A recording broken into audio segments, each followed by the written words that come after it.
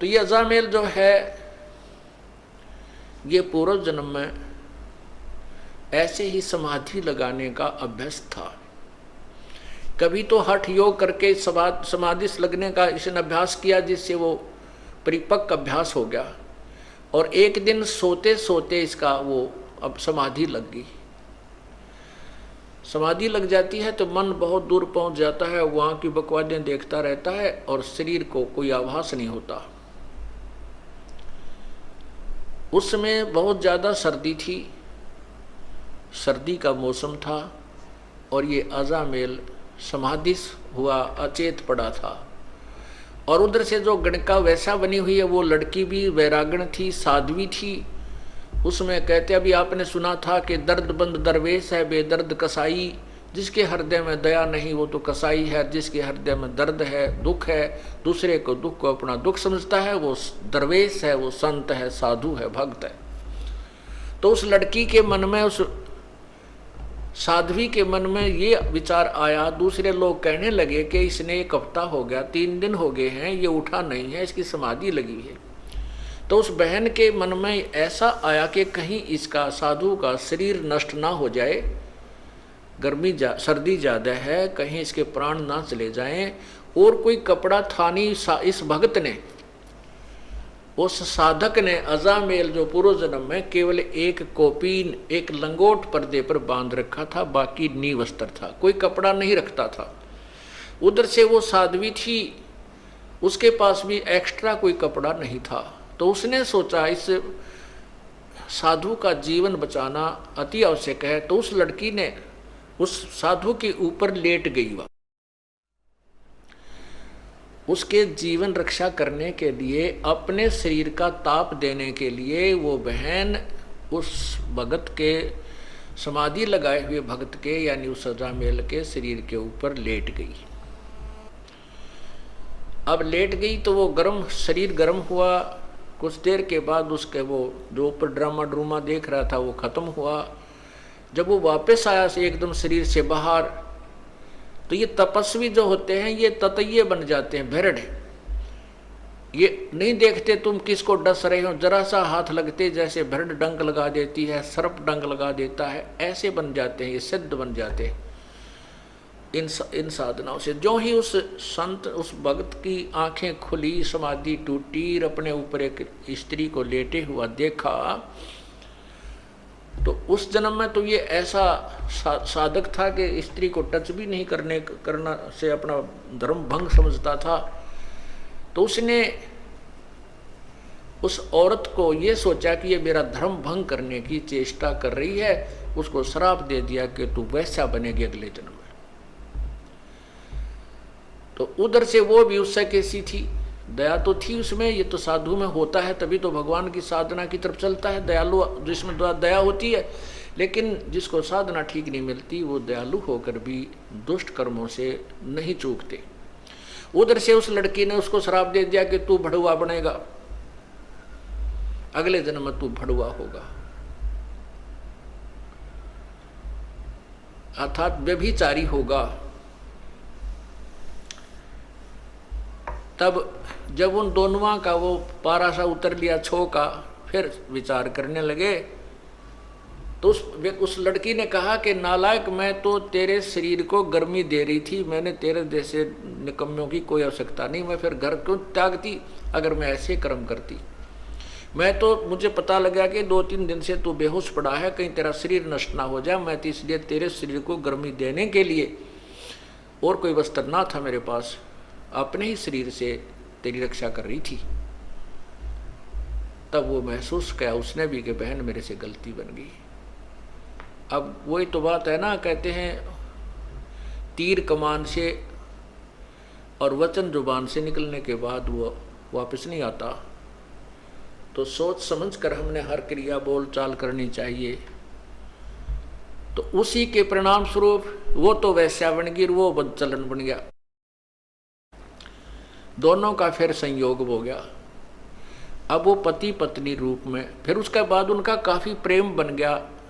जैसे जब उन्होंने पता लगाया था कि उस भक्त ने भी पता लगा कि तू कुर्बान थी, तेरा शरीर की रक्षा की, तो उनका आपस में बहुत ज़्यादा लगाव बन गया। आपस में प्रेम बन गया, एक दूसरे ममता बन गई। बिल्कुल वो उस जीवन में ब्रह्मचारी रहे और बिल्कुल ठीक रहे। लेकिन वो ममता जो आपस में, यू काल का तो जाल बड़ा भयंकर है, वो आपस में मोह फंसा रहा। उस मोह ने ये फिर कट्ठे लपेट दिए, अगले जन्म में ये पति पत्नी बना दिए, और साथ में वो वैश्या बन गई और अजामेल बन गया ये बदचलन बड़ुआ। अब वो साधु वहां संत पहुंचा उसके द्वार पे, तो वो लड़की जो गणका बनी हुई थी वो एकदम बाहर आई कि हमारे द्वार पर नमो नारायण करने वाला कौन आ गया। तो गाली देने वाले तो वैसे गा जाते थे, और आज ये परमात्मा का नाम उच्चार करने वाला कौन आ गया। एकदम वो बाहर आई और कहते हैं पिछले जन्म की जो साधना की हुई होती है वो भक्त आत्मा मनुष्य जीवन से जब आते हैं तो शीघ्र भक्ति पर लग जाते हैं। चाहे वह कितने ही दुराचार करता है, चाहे कितने ही वो विकार करता है, शराब पीवे, मांस खावे, चाहे तम्बाकू सुल्फा पीता है, वो पिछले जन्म का जो मनुष्य शरीरधारी प्राणी होता है और पिछले जन्म में कुछ भक्ति की हुई होती है और वर्तमान में कुसंगत में फंस जाता है, वो तुरंत त्याग देता है उन बुराइयों को और परमात्मा की भक्ति में उसी प्रकार सपीडता लग जाता है। अब उस भक्तनी ने बाहर आते ही ऋषि के चरण दिए और कहा, जो हमारे कौन सा पुण्य उदय हुआ, हमारे द्वार पर साधु संत आए हैं, आओ जी बैठो जी। अब साधु ने संत ने सोचा भी कति ठीक ठिकाना आ गए तो बहुत भगवान आत्मा मिल गई और बहुत ही अच्छे भक्त मिल गए। अब अंदर जब पहुंचा तो उसने एक चारपाई थी जिसी घर पे वो उस पे बिछा दिए सुंदर कपड़े धोए धाए, साधु बैठ गया दच के उस चारपाई के बीच में। दोपहर के बाद का समय था, 2-3 बजे 4 बजे, और वो अजामेल गया हुआ था जंगल में शिकार खेलने, शिकार लेने के लिए। कोई मर्ग, कोई पशु पक्षी मार के लिया करता डेली और हाथ तक काट कर शराब पिया करता वहां जंगल में बना करके मदिरा। तो वो आया, उसने क्या कर रखा कि कंधे पे लठे और लठ के अंदर एक वो टांग रखा हिरण मार के, और आते ही वो पटक दिया आंगन में। जड़ महात्मा बैठे थे उसका साथ में ही, और नो पटक जब नो ना देखा कि महापुरुष बैठा सामने, उसने आते ही दुखी सा हो रहा था, कहा ले भगवान तो सारा दिन में एक का पाया, सारा दिन लग गया एक ही मर्ग मिला, बड़ी मुश्किल से हाथ लगा। अब जब उसने वो मर्ग वहां पटका तो वो साधु की नजर गई, भाई के खुड़का हुआ कौन बोला। जब उस संत ने देखा रही तो भाई कुकर्मी आदमी है, कौन आ गया इनके भगतनी के घर में, मांस ये मर्ग मार रखा इसने। तो उस लड़की से पूछा, बेटा यू कौन है, कौन आ गया तेरे घर में। वो कहने लगी, जी ये भगत जी है आपका, ये आपका सेवक है। बाबा जी ने ठा लिया जोड़ा, जब अड़कसू गलत जगह आ गया भाई तो ये किसा सेवक मर्ग मार के ला रहा। तो फिर उसने देखा कि तो संत था, आया हुआ है आज तो तुम्हारे दरबार पे। अब उसके अंदर भी जो पूर्व जन्म की भक्ति थी वह जागृत होगी। परमात्मा कहते हैं, कबीरा दर्शन संत के परमेश्वर आवे याद, और लेखे में वाह है घड़ी बाकी का समय बाद। तो उसी समय उस अजामेल ने भी पैर पकड़ लिए और उस बहन ने भी, उसकी पत्नी ने, और कहने लगे महाराज हमारे द्वार से आप नो मत जाओ, अब पहले पापी आत्मा है और आप जैसे महापुरुष हमें कोई सदुपदेश नहीं देंगे, हमारा कोई रास्ता मार्गदर्शन नहीं करेंगे तो हम बुराई कैसे छोड़ देंगे। वो बोला मैंने छोड़ दो जल्दी, बस मेरे साथ तो मजाक कर दिया किसी ने, मैं गलत आ गया यहाँ पे। तो उन दोनों ने बहुत याचना की कि नहीं साधु, नहीं महाराज आपने ऐसे नहीं जाना चाहिए, हम बुरे हैं भले हैं आप ही के तो हैं, आप हमें कुछ शिक्षा दीजिए ताकि हमारी बुराई छूट सके। काफी आग्रह करने से संत ने दया आएगी कि भाई चल इतना कुछ कह रहे हैं, गलती हो जाया करती है, और ये कहें भाई हम सुधरने की चेष्टा करेंगे तो ठीक है। कहने लगे भाई इस बीमारी ने बाहर घेर का, अभी आज से प्रण करो, कसम खाओ, प्रतिज्ञा करो कि ये बुराई तुम नहीं करोगे। अब कहते हैं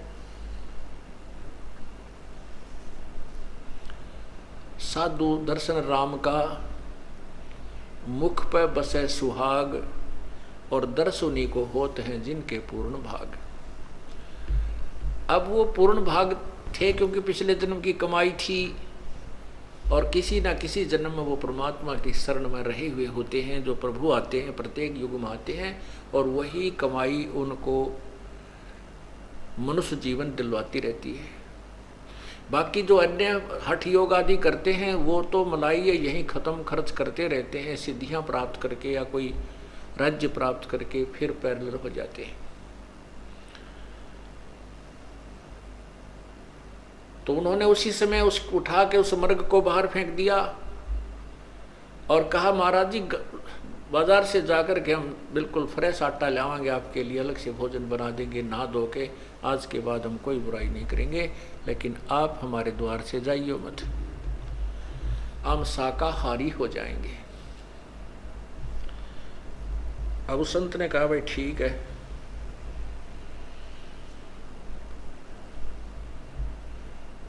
तो क्या हुआ, गर्मियों के दिन थे, गर्मी का मौसम था। अब वो भोजन ला करके बाहर से उन्होंने नहा धो कर स्वच्छ हो करके सारा घर दोबारा लीप लाप के पवित्र कर दिया। कहने का भाव कि उस संत का पेटा भर दिया, भाई ई भी ये बिल्कुल ठीक हो गए। तो उसके मन में आया कि परमात्मा ने शायद तुम्हारे लिए ही मुझे यहाँ भेजा है। जैसा भी संत के विचार होते हैं वो अच्छे ही हुआ करते हैं, चाहे वो किसी भी भगवान की साधना कर रहा है। उसके जैसे खेल के खिलाड़ी होते हैं, उनके कोई किसी भी खेल में खेल रहे हैं, उनके नियम और वो सब उससे परिचित होते हैं।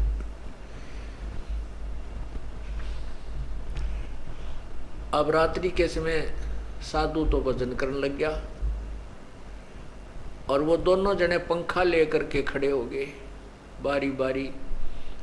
फिर वो भजन वाद साधना करके लेट गया, तो लेट के आसपास छिड़का कर दिया पानी का, और ऐसे पंखा बारी बारी कभी वो खड़ी हो जा कभी वो खड़ा हो जा, उसको साधु को हवा कर रहे हैं। सुबेरा संत बोला भाई भक्तों एक काम करो, तुम नाम ले लो, भगवान का नाम जप्या करो। तो वो कहने लगे महाराज जी मारे पर नाम में कोई लिया था, और कोई को बात करवा ले, कितना कठिन काम करवा ले, यो नाम नहीं लिया जाता।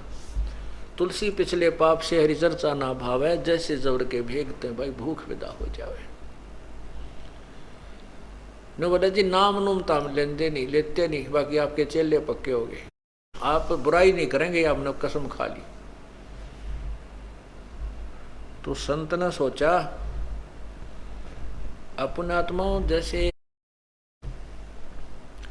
ये जो कथाएं हम सुना करते ना कि भाई एक अजाम उसने संत ने लड़के का नाम नारायण रखने को कह दिया और उस नारायण नारायण करने से वो पार हो गया, ऐसा नहीं। ये यथार्थ कथा आपको सुना रहा हूं उसी नारायण नाम के ऊपर।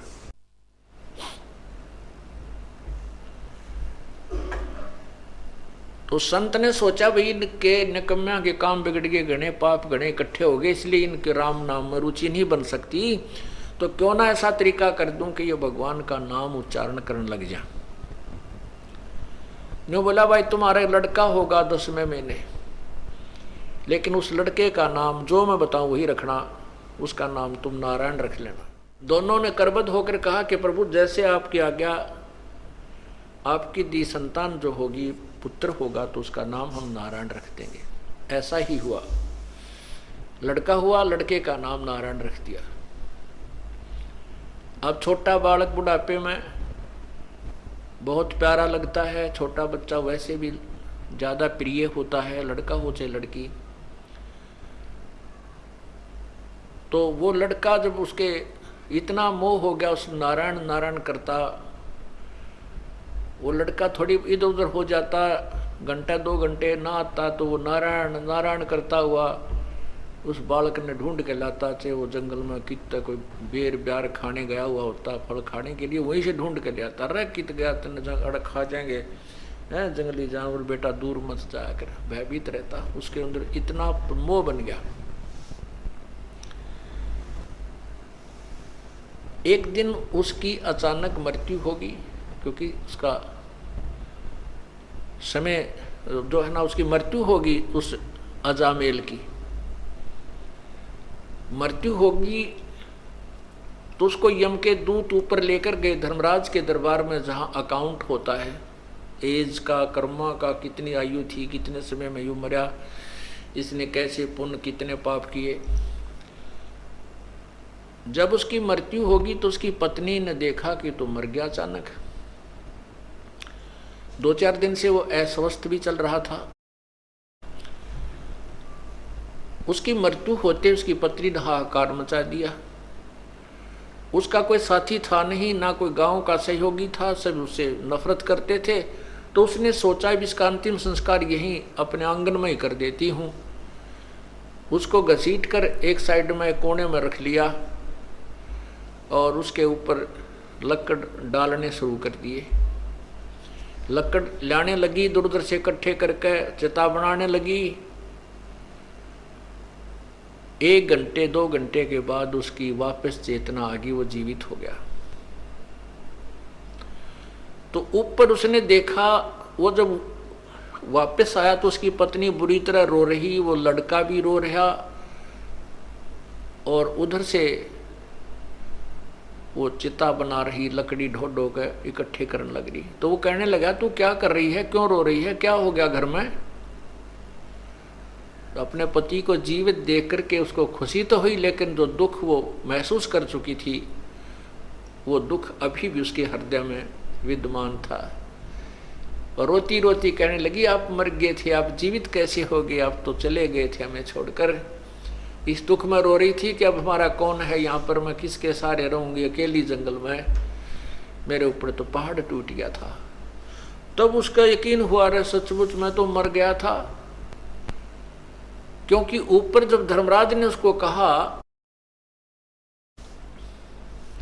कि भाई ये व्यक्ति नहीं है वो अजामेल, उसी नगर में एक और अजामेल नाम है उसका, और वो भी ब्राह्मण है, वो नगर में रहता है, उसके पिता का ये नाम है, उसको लाओ, इसको छोड़ो वापस। तो वो वापस छोड़ दिया। तो वो कहने लगा अपनी पत्नी को कि वो अजामेल है उसका पुत्र ब्राह्मण का, वो मरेगा अब। उसकी पत्नी कहने लगी आपको क्या पता ऐसा कि वो मरेगा। तो उस अजामेल ने बताया कि ऐसे ऐसे सारी कहानी बताई, धर्मराज ने ये कहा है कि इसकी उम्र अभी है नहीं, इसके तो अभी 5-4 साल वर्ष और रहते हैं, 4-5 वर्ष रहते हैं, इसके वापस छोड़ो वो तरेगी। अब उस अजामेल के उस दिन के बाद या पक्की दचगी के मृत्यु तो होनी है, और समय भी थोड़ा ही बताया था धर्मराज ने, 4 वर्ष बताए थे, 5 वर्ष बताए थे, और या तो बात बिगड़ेगी। पुण्यात्माओं ये परमात्मा की रजा होती है। उधर से क्या होता है कि वो अजामेल दूसरा उस नगर का मर गया, और जहाँ उसका मकान बाहर कुटिया डाल रखी थी अजामेल ने, उससे थोड़ी सी दूरी पर, आधा किलोमीटर की दूरी पर वो शमशान घाट था। तो 1-आधा घंटे के बाद देखते हैं कि वहाँ तो नगरवासियों की लाइन लग गई, और वो अजामेल दूसरे अजामेल की चिता जल गई, उसको सवा कर दिया। तो उसने कहा कि देख ले वो। फिर वो जैसे अगले दिन गांव नगर में जाते थे सामान लेने, दुकान पर थे, वहाँ पता किया तो पता चला कि वो अजामेल मर गया, उसका लड़का, उस ब्राह्मण का कल मृत्यु होगी उसकी। तब दोनों का ये बात पक्की जचगी, क्या तो बात बिगड़ेगी। अजामेल बोला भगवान भजन कर ले, भक्ति कर ले, समय थोड़ा है और यहाँ सब कुछ यहीं रह जाएगा। अब भजन करें किसका, क्यों नाम नहीं, कुछ भी नाम उन्हें लिया नहीं। तब वो दयालु परमात्मा आते हैं और उनको, उस पुण्यात्माओं को सच्ची भक्ति देते हैं, ज्ञान कथा सुनाते हैं। लेकिन हमारे अंदर एक सबसे भयंकर बीमारी ये रही है कि हम राम और कृष्ण, ब्रह्मा विष्णु महेश या ब्रह्म से ऊपर यदि कोई कथा कहानी सुनाता है तो नहीं सुनते थे, और उसको एक बुद्धू समझ करके उसकी प्रत्येक बात पर अविश्वास कर देते थे। इसलिए परमात्मा बड़े दयालु हैं, बड़े सूझबूझ से काम करते रहे, तो उन्होंने कथाएं यही सुनाई, ब्रह्मा विष्णु महेश और ब्रह्म तक की, और नाम भी उनको वहीं तक के दे दिए। ओम नाम का जाप कराया। जैसे ब्रह्मा को ओम नाम दिया प्रभु ने, विष्णु को हरियम नाम दिया, शिव को सोहम नाम दिया। कहते हम बैरागी ब्रह्म पद सन्यासी महादेव, सोहम मंत्र दिया शिव जी को करे हमारी सेव। तो ये परमात्मा ने उनके उद्धार के लिए, मोक्ष तो ये नहीं प्राप्त कर सकते क्योंकि मोक्ष तो 3 मंत्र से होगा, और 3 मंत्र का अधिकारी वो होगा जो परमात्मा की सच्ची कथा, पूरी सृष्टि रचना पर पूर्ण परमात्मा कौन है इस पर विश्वास कर लेगा।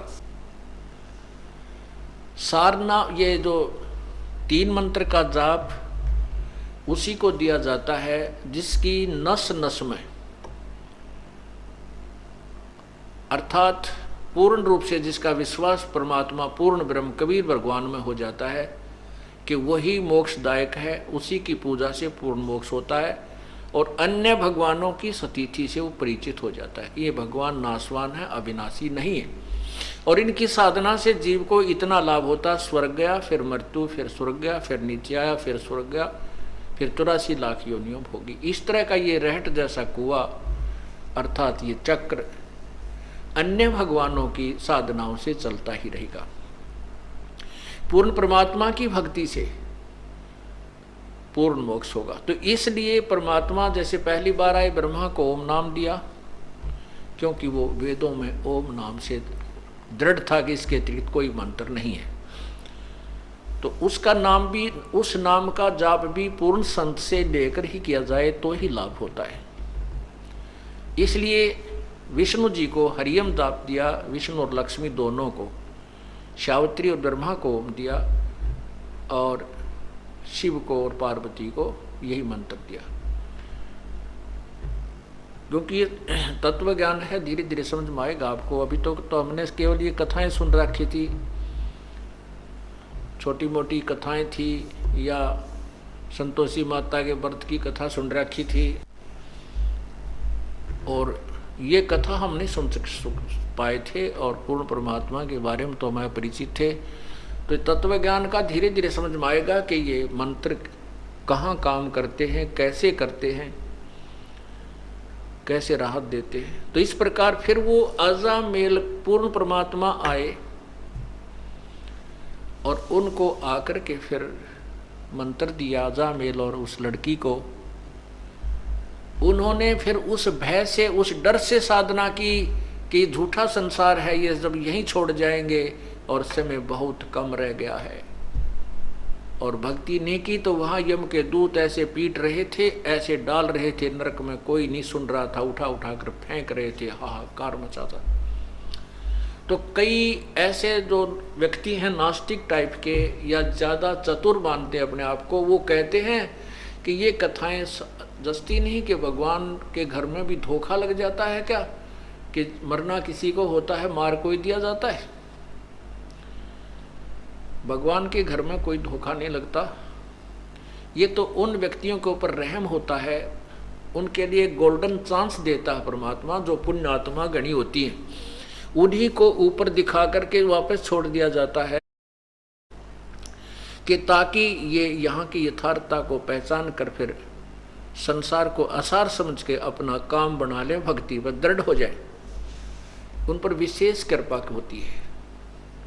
तो जैसे अजामेल और गणका पर उस अजामेल पर विशेष कृपा हुई कि उसको वो सारा ऊपर का दिखा करके झंझट और वापस छोड़ दिया, फिर उसको भय बन गया, उसको चिंता बन गई, तब उसका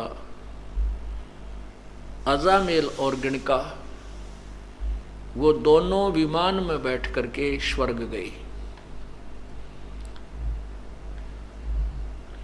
इसमें क्या बताया है? सुनो महात्म नाम का मुजरे चलवाई, अजामेल गण का तेरे और सदन कसाई।